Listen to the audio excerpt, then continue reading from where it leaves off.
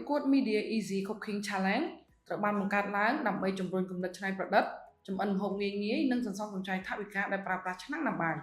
មានអ្នកចូលរួមជាច្រើនបានចែករំលែកវីដេអូចម្អិនម្ហូបនិងមុខម្ហូបច្នៃប្រឌិតរបស់ពួកគេពីផ្ទះ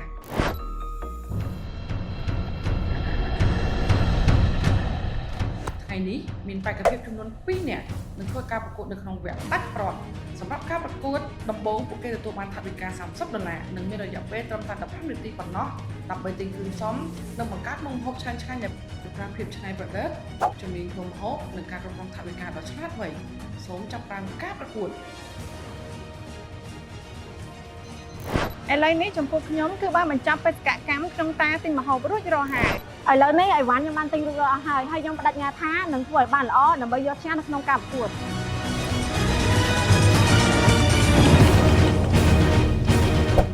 សូមស្វាគមន៍មកកាន់កម្មវិធី Media Easy Cooking Challenge by Media វគ្គដាច់ប្រវត្តិឥឡូវនេះយើងមានបេក្ខភាពចំនួន2រូបដែលនឹងធ្វើការប្រកួតចម្អិនម្ហូបដែលប្រើឆ្នាំងណាំបាយ Media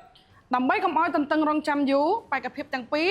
ត្រូវចម្អិនបាយមួយមុខសម្លមួយមុខម្ហូបចំនួន2មុខដោយប្រើរយៈពេលត្រឹមតែ60នាទីប៉ុណ្ណោះតើអ្នកទាំងពីរត្រៀមខ្លួនរួចរាល់ហើយឬនៅរួចរាល់ហើយ3 2 1ការប្រកួតសូមធ្វើការចាប់ផ្ដើម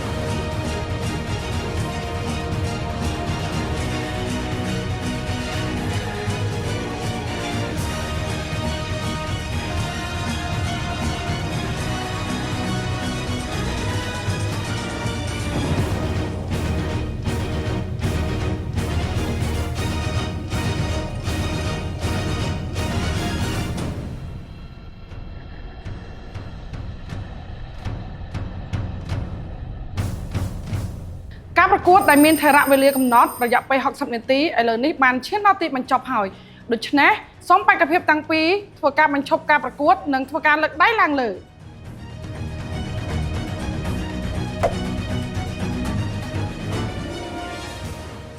ជំរាបសួរគណៈកម្មការទាំង3នាងខ្ញុំគឺជាបេក្ខភាពទី1ឈ្មោះសាទសុគន្ធាថ្ងៃនេះនាងខ្ញុំលើកយកម្ហូប3មុខដែលទី1គឺជាប្រភេទស្លទឹកដែលមានឈ្មោះថាស៊ុបឆ្អឹងជំនីជ្រូកខ្ចីជាមួយនឹងបន្លែ5ពណ៌ឯមុខម្ហូបទី2មានឈ្មោះថាពងមាន់ចំហុយជាមួយនឹងបង្គាសុខភាពមុខម្ហូបទី3មានឈ្មោះថាមាន់ចំហុយជាមួយនឹងទឹកស៊ីអ៊ីវទឹកឃ្មុំដែលម្ហូបទាំង3មុខនេះផងដែរគឺនាងខ្ញុំចម្អិនឡើងដោយឆ្នាំងបាយអគ្គិសនី Media ជំរាបសួរគណៈកម្មការទាំង3ថ្ងៃនេះខ្ញុំបានចម្អិនមុខម្ហូបទាំង3ជាមួយនឹងឆ្នាំងដាំបាយ Media មុខម្ហូបទី1ម្ហូបស្ងោរមាន់សុខភាពមុខម្ហូបទី2បង្គាអប់មីសួរនិងមុខម្ហូបទី3ជាមុខម្ហូបរបស់ខ្មែរយើងគឺអាម៉ុកត្រី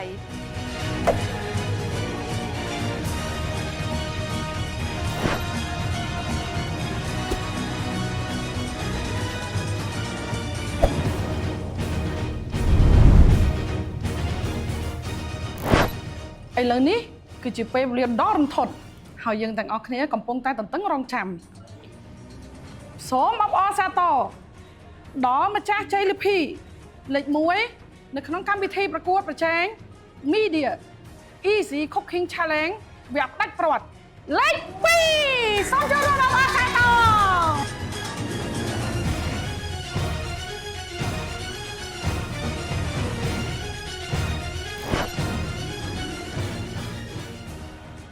បាទនិយាយដល់អារម្មណ៍ពេលដែលអំឡុងពេលប្រកួតហ្នឹងគឺនាងខ្ញុំមានអារម្មណ៍ថាភ័យខ្លាំងមែនតើសម្រាប់ចំណាប់អារម្មណ៍របស់ខ្ញុំមានអារម្មណ៍ថាសប្បាយរីករាយដែលបានចូលរួមវគ្គផ្ដាច់ប្រត់ជាមួយនឹងក្រុមហ៊ុន Media តែទោះជាយ៉ាងណាក៏ដោយគឺនាងខ្ញុំមានអារម្មណ៍ថាសប្បាយរីករាយខ្លាំងមែនតើហើយនេះក៏ជាបទពិសោធន៍ថ្មីមួយក្នុងជីវិតខ្ញុំផងដែរជាពិសេសទទួលបាននៅគំនិតច្នៃប្រឌិតថ្មីៗដូចជាការជ្រើសរើសឆ្នាំងដាំបាយយើងមិនមែនគ្រាន់តែយកមកដាំបាយបានតែមួយមុខទេប៉ុន្តែយើងអាចចម្អិនបានម្ហូបអាហារមិនថាប្រភេទម្ហូបស្ងោរប្រភេទម្ហូបឆាឬក៏ម្ហូបចំហុយយើងអាចធ្វើនៅក្នុងឆ្នាំងដាំបាយដែលមានភាពងាយស្រួលហើយជាពិសេសទទួលបានការសន្សំសំចៃកម្មវិធី Media នេះគឺលើកទី1មកសម្រាប់ខ្ញុំអរគុណ